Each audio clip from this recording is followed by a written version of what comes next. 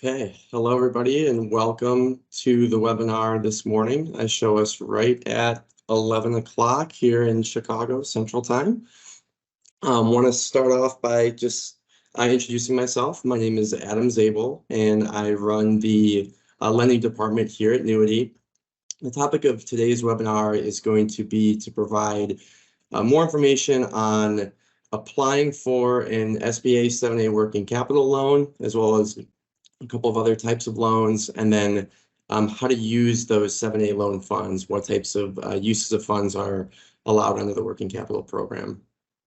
Before we get started, just want to thank everybody for spending your morning or early afternoon with us today. I'm really looking forward to getting into the material with you all. So that's me, Adam Zabel, Head of Credit and Underwriting here at NEWITY. Been involved with building the technology that we use to deliver this program, as well as overseeing all of the different lender operations, the verification that happens behind the scenes, and it will be myself and my team working with anybody who chooses to apply with us in our program.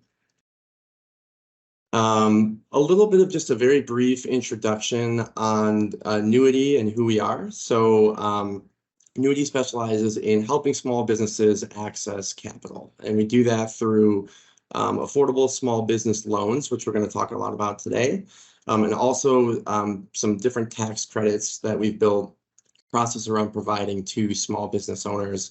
You might have heard of the employee retention credit. That's one of the areas that we do have a program built around. But today we're going to focus on the small business loans, specifically loans offered by the SBA and the 7A program.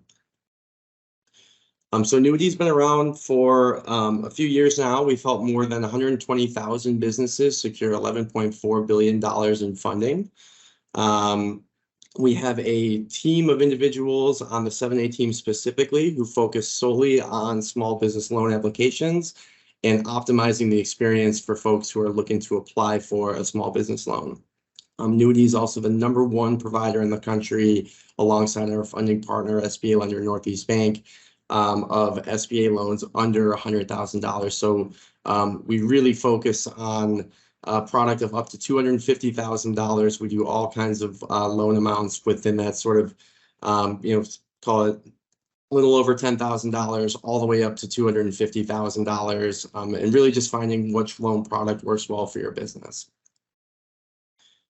So a quick overview on the 7A loan program, and then we can get into, I'm going to walk through the process for applying for a 7A loan with NEWITY. So the SBA 7A program, for those who aren't familiar, it's a government guaranteed loan program. So the SBA is a division of the federal government. And while the SBA does not provide loans, they offer a guarantee to lenders to hopefully expand the types of loans that lenders are willing to do and to reach more borrowers than perhaps they otherwise would be able to. The benefits of the program are many, in my opinion. Typically, SBA loans have lower interest rates. They're longer term loans, which we'll get into a little bit when we go through our product specifically. I mentioned that we offer loan amounts of approximately $17,500 up to $250,000, and you can access those loan amounts the same exact way by going through the process that we're about to run through together. One of the nice parts about SBA 7A working capital loans in particular is that they have a very flexible allowable uses. So working capital covers just about anything from payroll, marketing, inventory purchases, really any of the day-to-day expenses that we all know small businesses incur to operate. That's what we're thinking about when we're talking about these working capital loans. So very flexible uses, a product that really can be used for many different ways to help grow the business or just to cover kind of day-to-day operations. So in order to participate in the 7A program, there are some eligibility requirements that the business has to meet, and those are listed here. So the business has to be in operation for at least 1 year as a for-profit business. It must be a US-based location and operations. So while the business can do business overseas, the employees of the business have to be US-based. The business has to be owner supported, owner funded, which means that the owner, has provided capital. The owner is involved in the business operations. And then there's, some other SBA specific requirements that we don't need to get into here. But if your business got a PPP loan, not in all cases, but in most cases, that can mean that it's likely qualifies for the larger SBA 7A program. Now, 7A has been around for 75 plus years. It's a well-established program. And so, it's something that, it's been around for a long time and will be around for a long time. It's not a temporary program, like, for example, maybe PPP would be an example of. And we went through some of the benefits already, higher likelihood of approval, lower interest rates. You'll see for our loan product of up to $250,000, the collateral, it's either no collateral for certain loan amounts or limited business collateral, but generally no personal collateral involved in our loan program. So with that, I'd love to get into how to apply for a 7A loan with NEWITY. I'm going to run through a demo here that's going to show the actual application process. So if you'll bear with me for just one moment, I'll go ahead and pull up that demo.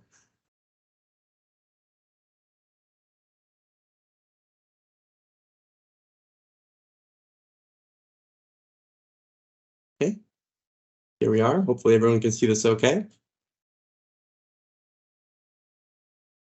So we're going to start with the way to get started with applying for an SBA loan with us is going through our registration flow. And so once you come to our website, NEWITYmarket.com, you're going to see an opportunity to click into the registration. So once you're in the registration flow, it's going to look exactly like this. And we're just going to start by getting some basic business information about the business that's applying for the loan. So we'll start with business address. We'll start with a primary contact for the business. Now, this contact may or may not be the owner. This can be any individual who is going to be applying, kind of going through the application process on behalf of the business. So we'll collect just email address, phone number, a way for my team to get in touch with you and your folks as you're going through the application process. There could be one contact, so it could be a primary contact. Maybe it is the owner of the business. Maybe it's a finance professional who works for the business and is filling out the application on behalf of the business. But you'll see there's that button for add another contact. Welcome you to click that if you'd like there to be another individual who's also sort of CC'd on all the communications that go out throughout the loan process.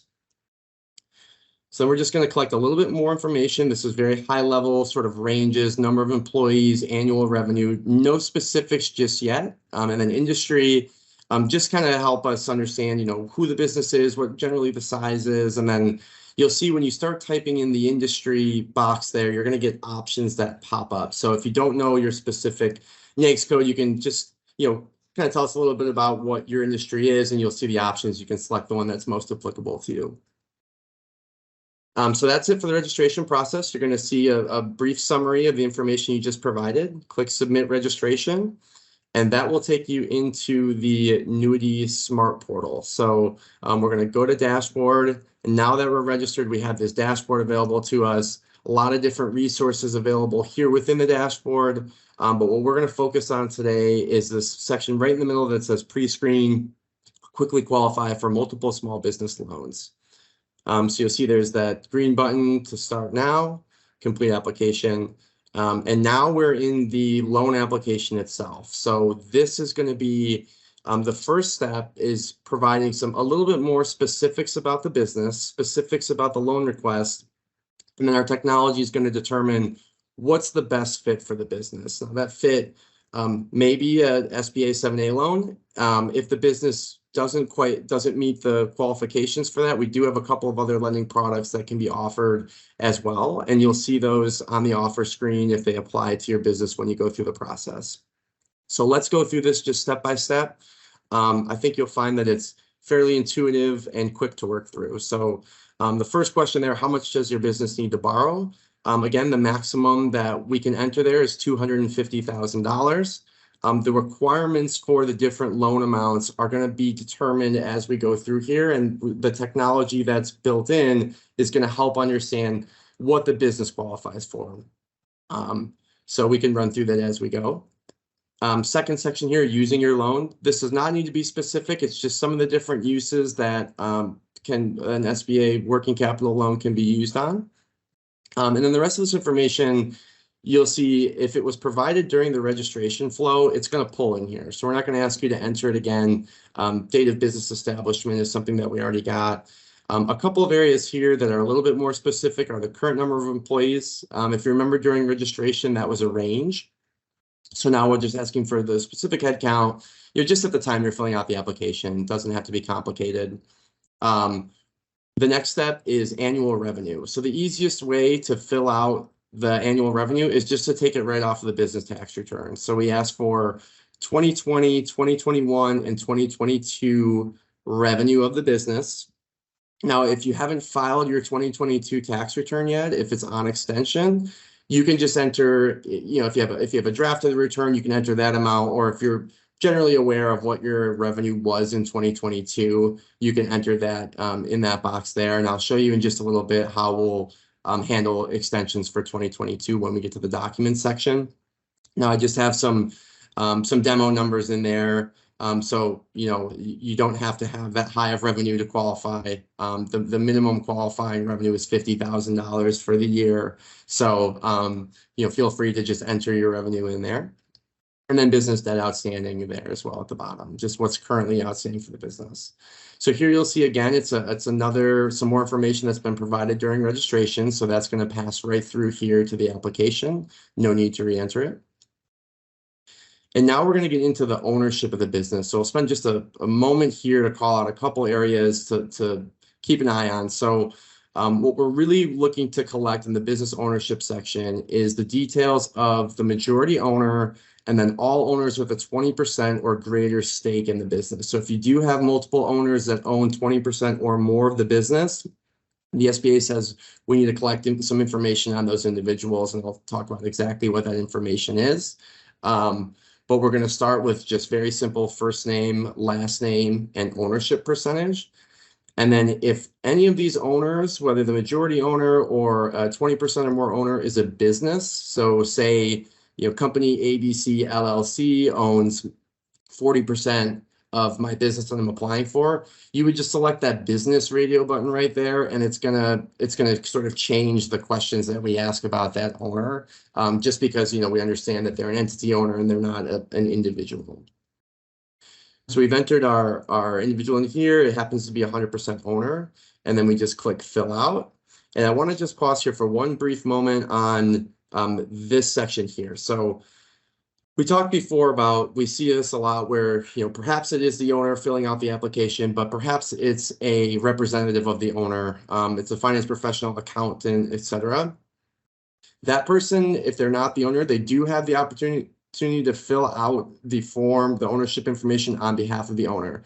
If they don't want to, or if they say, well, I don't have that person's social security number, date of birth, they can click that no share form button you see right there in the middle of the screen. That's going to send an email to the owner so that they can go and provide that sensitive information themselves. So totally up to, the specific circumstances of the applicant, but that option is made available there. So let's say we are that individual, we do have that info, we're going to click fill out form, and you'll see it's just some very basic personal details about the owner of the business. Again, all of this you see here is what the SBA requires us to collect, but hopefully you'll find that it's quite simple. First name, last name, ownership percentage, the title of the owner. So, depending on the structure of the business, there may be some different sort of official titles. For LLCs, it might be managing member, which we've used in the example here. We're going to provide the social security number, the date of birth. This information is going to be used for a soft credit pull, and I want to emphasize that it is a soft pull. It will not impact the owner's credit. It will not show up on any external credit reports. It's a soft pull that's required as part of the program, but not a hard credit inquiry. So I just want to be very clear about that. The home address of the individual. So we'll enter that here. And once that information is entered, we have the business information, the owner information. We've sent an email to that owner that's going to have some information about consenting to tax transcripts. That's it's a kind of clear, simple email to read through. And then we're going to be essentially done. We're going to click submit ownership details, and we're presented with the consent screen here. Each of these radio buttons corresponds to the consent item on the right there. You see underlined like terms of use, privacy policy. Those are clickable. So you can click on those, read through them if you wish. It's just going to be the kind of terms and conditions that go along with the application. If we're comfortable there, we're going to click accept and continue. And the technology is going to run through the different eligibility items and find the best fit for the applicant business. So you see it just takes a few seconds to run through. And I'll pause briefly here on this screen. This is a summary offer screen. You can think of it like a term sheet. So this is based on these initial information that we've received. This is the loan that we're comfortable providing terms for. So in this case, we do have an SBA 7A term loan. It's in the amount of $250,000. We've got some estimated time there and how long it takes to fund, interest rate, estimated monthly payment. All of our loans are 10-year term under SBA, so provides a nice long term with smaller monthly payments, and plenty of time to pay back. And our funding partner with all things SBA 7A is Northeast Bank, a licensed SBA 7A lender. So if we like the way that this offer looks, we'll click select and continue. And I will say here that if for any reason the SBA loan was not a fit, that is where you might see a couple of those other options that I referred to earlier, some non-SBA funding products that we're pleased to be able to offer if they're a nice fit for the business. So we've gone through the full application flow. We've sort of pre-screened, understood what the proper loan offer is for this business circumstances. And now we're here to the upload document screen. And I'm just going to take a moment here to run through the documents and hopefully make very clear what documents we need to get started. So you'll see this document screen it's going to be specific to the loan request. And we're only going to ask for those documents that the SBA tells us we need to receive. And in this case, we've divided it into two different phases. So phase one, which we're going to run through here, is what we need to get started. So this is, the moment that these documents are complete, the loan is going to be assigned to a member of my team, a live individual who's responsible for being the primary point of contact on that loan all the way through to funding. So you're going to have a specific individual assigned to your case. They're always going to be reachable. They're reachable by phone, by email, and they're experts in pulling together the documents required to be able to complete our underwriting and ultimately fund the loan. So let's run through those briefly here.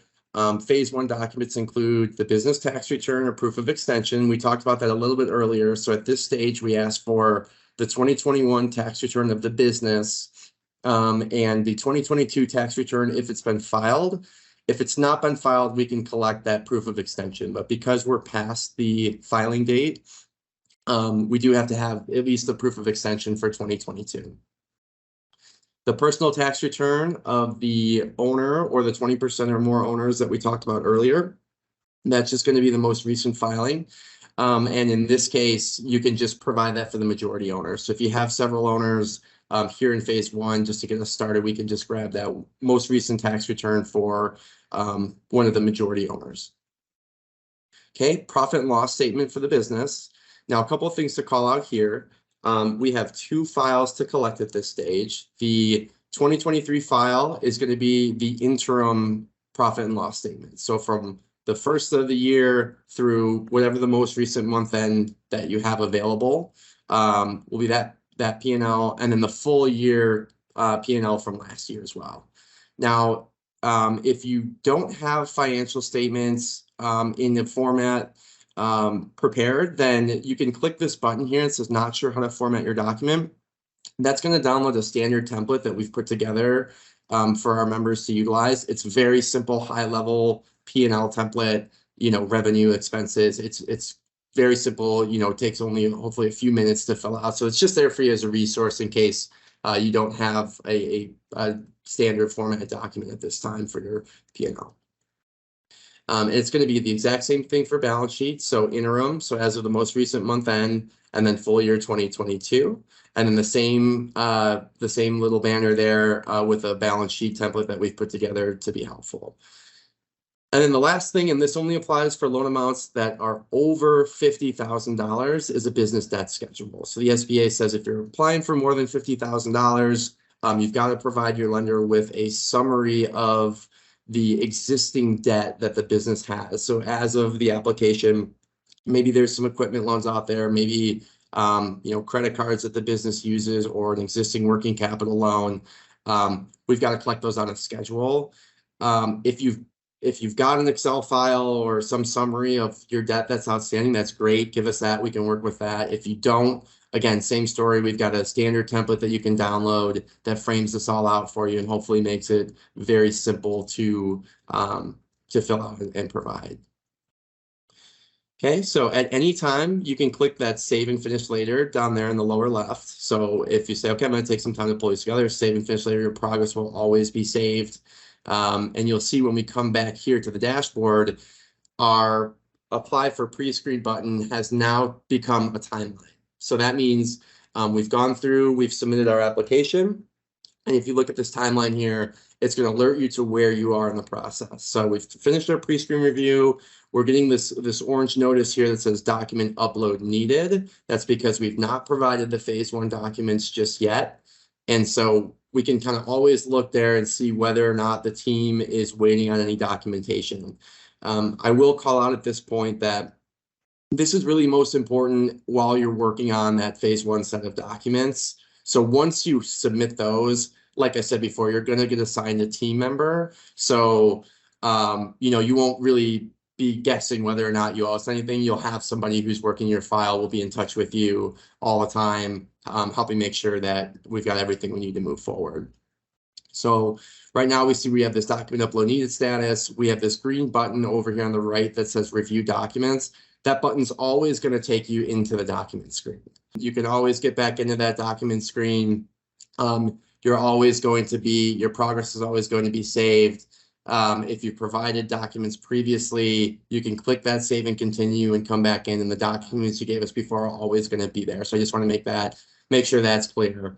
I showed how you can just kind of click and drag your documents in. You can click upload and hit enter once you're on the document. So it's very easy to provide documents. And then you can see here that our loan application review. So now we've got that check mark on document upload needed, and we're in this loan application review stage. So this is where a member of my team is working with those phase 1 documents. They'll be reaching out, almost always within the same day that you submit your application and provide those initial documents. You're going to get an email, a phone call from a member of my team. And that's, like I said before, that's all we do is work with folks on getting their application in order, getting it submitted, and working through any questions we have during underwriting so that we can lead to funding.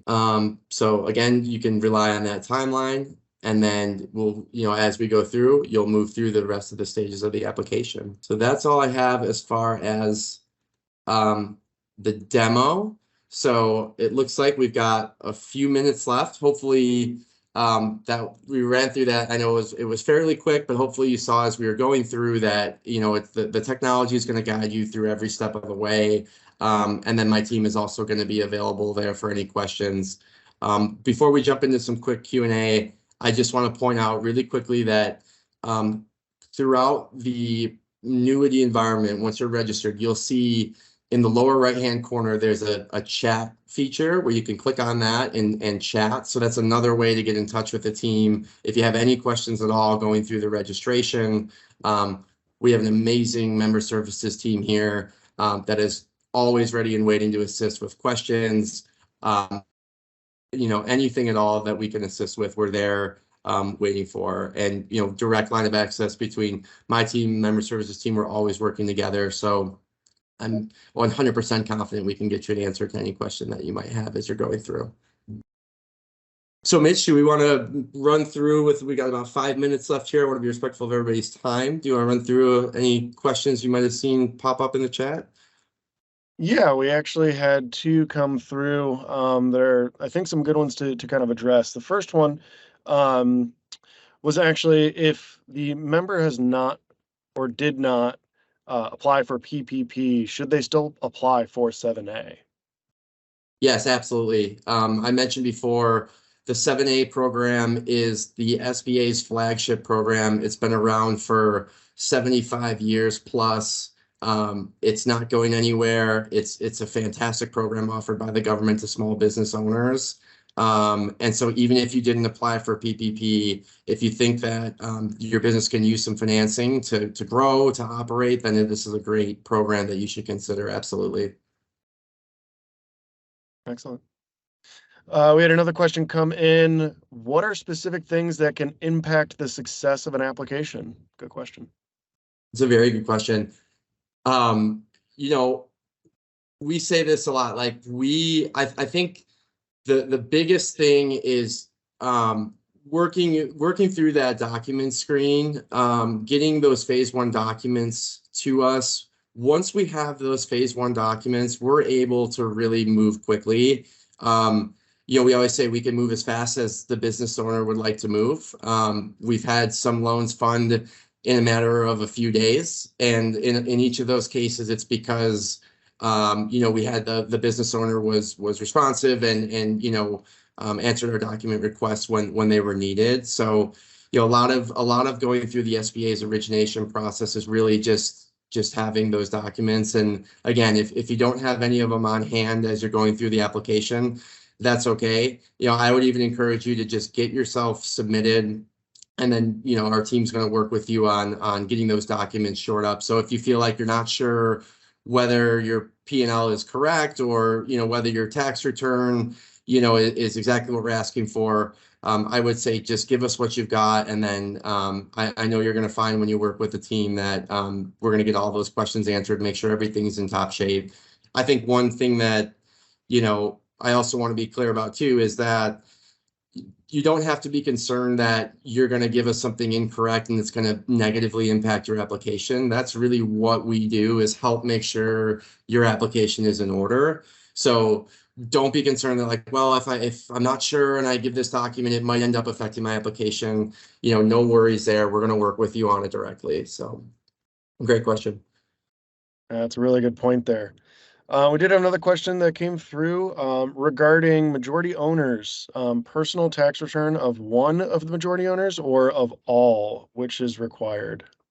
Another really good question. So in order to get through all of underwriting, we're eventually going to need the personal tax return of any owner of 20% or more of the business.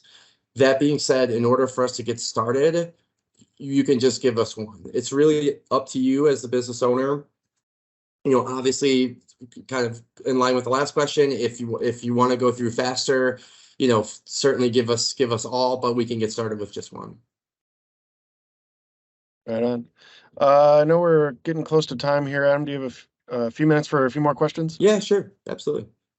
Okay. We have one here specifically. How do we know if we need to provide personal collateral or none at all? That's a good question. Fantastic question. And I want to be clear, for our program here, so for our SBA up to $250,000 loans, we will never require personal collateral. So you won't have to put up personal real estate or anything like that as part of your loan application for this program. Other lenders, if you're getting a larger SBA loan, that may come into play and will not come into play for us. So no personal collateral.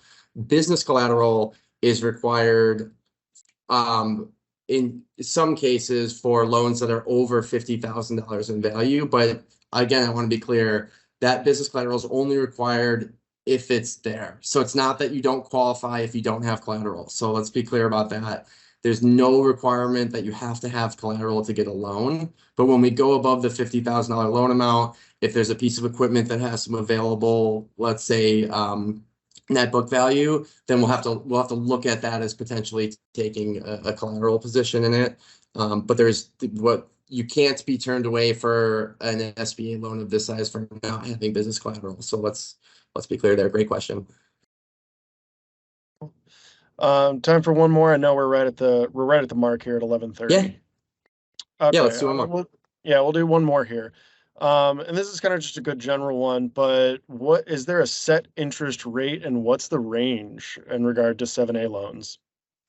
Yeah, that is another great question. So every single loan that we do, the interest rate is Wall Street Journal Prime plus 2.75%. You're going to see that in the offer sheet when you go through it. So it's the same interest rate. It's just that prime rate can vary. So right now, with rates being high, the Federal Reserve raising interest rates, that rate is a little bit over 11%. It's, that is expected to come down as the prime rate comes down. And we know that, kind of all financing out there has been going up. But so I don't expect it to get much higher than that, but it will reduce as interest rates reduce, if that makes sense. So remember, these are 10-year loans, right? So over the next couple of years, general consensus is that interest rates will cool off a bit. And you'll see that reflected in your loan. It'll come down as those rates come down. Great question. Cool. I think we can point out here that those are some awesome questions. Thanks so much for the participation. If you have questions that you submitted to the chat, we will run through each of them and provide answers to all of the questions we see in the chat, even though we didn't have time to get to all of them today. But I really, really, really appreciate all of you spending your time with us this morning. Hopefully that was helpful to you. And I'm looking forward to working with hopefully all of you on loan requests in the days and weeks to come. So thanks so much, everybody, for your time.